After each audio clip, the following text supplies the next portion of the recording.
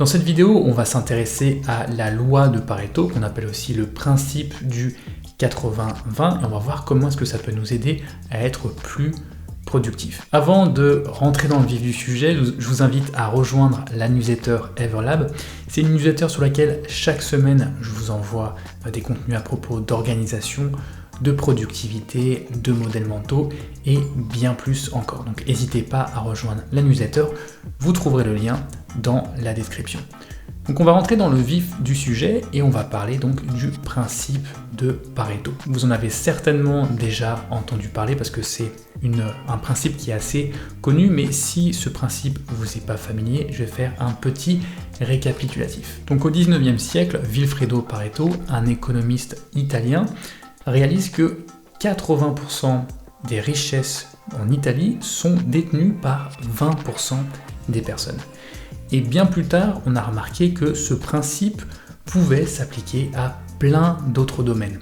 Par exemple, 20% des actions que vous faites vous donnent 80% des résultats.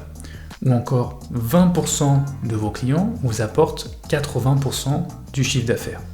Ou encore, 20% de vos contenus vous apportent 80% de la visibilité. Donc tout l'objectif, vous l'aurez deviné, c'est d'identifier ces 20% d'activités qui nous apportent 80% des résultats. Parce que si on est capable de les identifier, ça veut dire qu'on va pouvoir mieux investir non seulement notre énergie, notre temps, mais aussi toutes nos ressources de façon générale. Donc on va voir comment identifier ces 20% maintenant. Donc la première chose que vous devez faire pour appliquer la loi de Pareto, c'est de lister les activités que vous faites au cours de la journée. Ici, on va partir du principe qu'on est entrepreneur.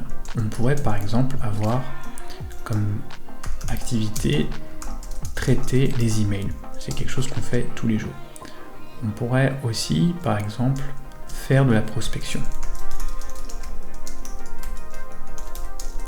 Il pourrait aussi avoir faire des posts, poster sur les réseaux sociaux pour développer la visibilité, donc poster sur les réseaux sociaux. Ensuite, on pourrait avoir aussi faire de la veille. Faire de la veille. Et puis on va s'arrêter là. Donc on a ces différentes activités ici. On pourrait aussi éventuellement ajouter, tiens, réunion hebdo, parce qu'on fait donc des réunions tous les vendredis. On a ces activités-là. Ce qu'il va s'agir maintenant de faire, c'est d'identifier les 20% d'activités qui nous apportent 80% de nos résultats. Donc on va passer au crible chacun de ces éléments et on va réfléchir à ce qui nous apporte le plus de résultats. On va se demander quels sont les 20% d'activités ici qui nous apportent 80% de notre chiffre d'affaires, parce que c'est ce qui nous intéresse dans notre cas en tant qu'entrepreneur, on veut augmenter notre chiffre d'affaires. Donc là-dedans, on pourrait se dire que faire de la prospection, par exemple, c'est ce qui nous apporte 80% de notre chiffre d'affaires. Le reste, c'est des choses qui ne contribuent pas vraiment à notre objectif. Traiter les emails par exemple, poster sur les réseaux sociaux, faire de la veille ou faire des réunions hebdo, c'est pas vraiment ce qui contribue à faire augmenter notre chiffre d'affaires. Donc ici on pourrait se dire que nos 20% ils se situent dans la prospection et que donc on doit se concentrer sur cette chose-là pour faire grandir notre activité. Maintenant, toute la question, c'est de savoir qu'est-ce qu'on va faire de toutes ces autres activités. Pour ça, vous pouvez vous y prendre de plusieurs manières. Vous pouvez soit complètement éliminer l'activité en question, vous pouvez aussi réduire le temps passé sur l'activité, vous pouvez l'automatiser, et puis aussi la déléguer. Donc on va regarder ici ce qu'on peut faire des autres activités. Traiter les emails, ici on pourrait se dire qu'on va peut-être réduire le temps passé à traiter les emails, parce qu'on a tendance à souvent envoyer des emails inutilement et à perdre du temps à faire du ping-pong d'emails. On pourrait se dire pour cette activité-là en particulier, on va réduire le temps passé. Poster sur les réseaux sociaux, on pourrait tout à fait automatiser cette partie-là. Faire de la veille, ça on pourrait le déléguer à quelqu'un d'autre. Ou peut-être s'inscrire, pourquoi pas, à une plateforme de veille qui s'occupe pour nous de faire de la veille pour pas qu'on l'ait à la faire et qu'on gagne du temps. Et ensuite, on pourrait aussi éliminer les réunions hebdomadaires. On pourrait se poser la question suivante et se dire, est-ce que c'est vraiment utile de faire une réunion hebdomadaire? Est-ce qu'il n'y a pas potentiellement des outils collaboratifs qui nous permettraient de savoir où on en est par rapport à nos projets sans forcément passer par une réunion hebdomadaire? Et de cette façon, vous pouvez voir qu'on va pouvoir se concentrer sur faire de la prospection et que tout le reste, on a pu le traiter soit en l'éliminant, en réduisant le temps passé à faire ces activités, en les automatisant ou en les déléguant. Donc grâce à ce petit exercice que je viens de vous montrer, vous allez pouvoir identifier ces 20% d'activités qui vous apportent 80% des résultats. Maintenant, j'aimerais un peu nuancer ces propos parce que ce que je remarque sur la plupart des contenus qui sont publiés sur la loi de Pareto, c'est qu'ils ne parlent pas des limites de la loi de Pareto, et pourtant il y en a. La première limite, c'est en termes de visibilité. C'est que la loi de Pareto part du principe qu'on a toutes les cartes en main et on sait exactement ce qui se passe, on sait exactement quels sont les 20% qui vont nous rapporter 80% des résultats. Le problème avec ça, c'est que c'est rarement le cas. Je vais vous donner un exemple très concret. On va reprendre notre exemple de l'entrepreneur et on va dire que notre entrepreneur, il divise son temps en 3 activités. Premièrement, il traite ses emails chaque jour.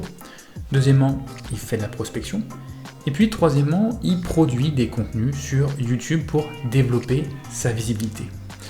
S'il observe la situation actuelle sous la loi de Pareto, ce qu'il va remarquer peut-être c'est que les 20% qui lui apportent 80% des résultats, c'est la prospection. Clairement aujourd'hui, ce qui lui apporte la majorité de son chiffre d'affaires, c'est la prospection. Et du coup, il pourrait très bien être tenté de se dire, je vais me concentrer que là-dessus et je vais ignorer la production de contenu sur YouTube. Très bien. Maintenant, le problème avec ça, c'est que ça peut lui faire passer aussi à côté d'opportunités. Peut-être qu'en investissant son temps sur YouTube, il va peut-être commencer à se faire connaître un peu plus, à développer sa communauté, à avoir plus de vues, plus d'abonnés, avoir plus de clients. Et peut-être que si on refait le bilan dans 3-4 ans et qu'on regarde la situation encore une fois sous la loi de Pareto, on va remarquer que 80% de son chiffre d'affaires vient de sa chaîne YouTube. C'est sa chaîne YouTube qui lui a donné la visibilité, les clients, et aujourd'hui, c'est là-dessus qu'il doit se concentrer. Donc vous pouvez voir qu'il y a des limites avec la loi de Pareto, c'est que ça peut nous faire passer à côté d'opportunités. Donc comment éviter que ça arrive? Ce que je recommande toujours de faire, c'est bien sûr d'appliquer la loi de Pareto, mais de toujours se laisser un temps chaque semaine pour explorer des choses qui nous apportent pas nécessairement un retour sur investissement actuellement, mais qui nous en apportera dans le futur. Donc c'est la première chose sur la loi de Pareto. La deuxième chose, c'est de faire attention au marteau de Maslow. Ce qu'il faut comprendre, c'est que la loi de Pareto, c'est ni plus ni moins ce qu'on appelle un modèle mental. Qu'est-ce que c'est qu'un modèle mental?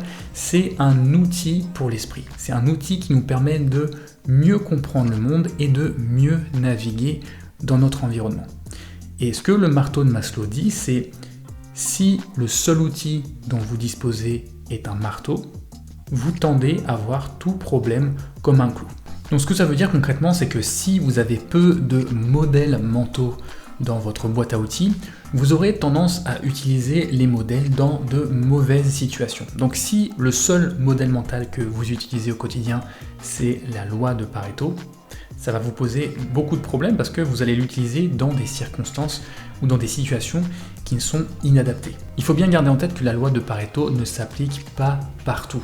Exemple tout bête, mais si vous voulez faire un gâteau, vous ne pouvez pas utiliser 20% des ingrédients qui apportent 80% du goût, parce que si vous le faites, votre gâteau va être infect. Donc gardez bien en tête que la loi de Pareto ne s'applique pas dans toutes les situations. Il faut savoir reconnaître quand l'utiliser et quand ne pas l'utiliser.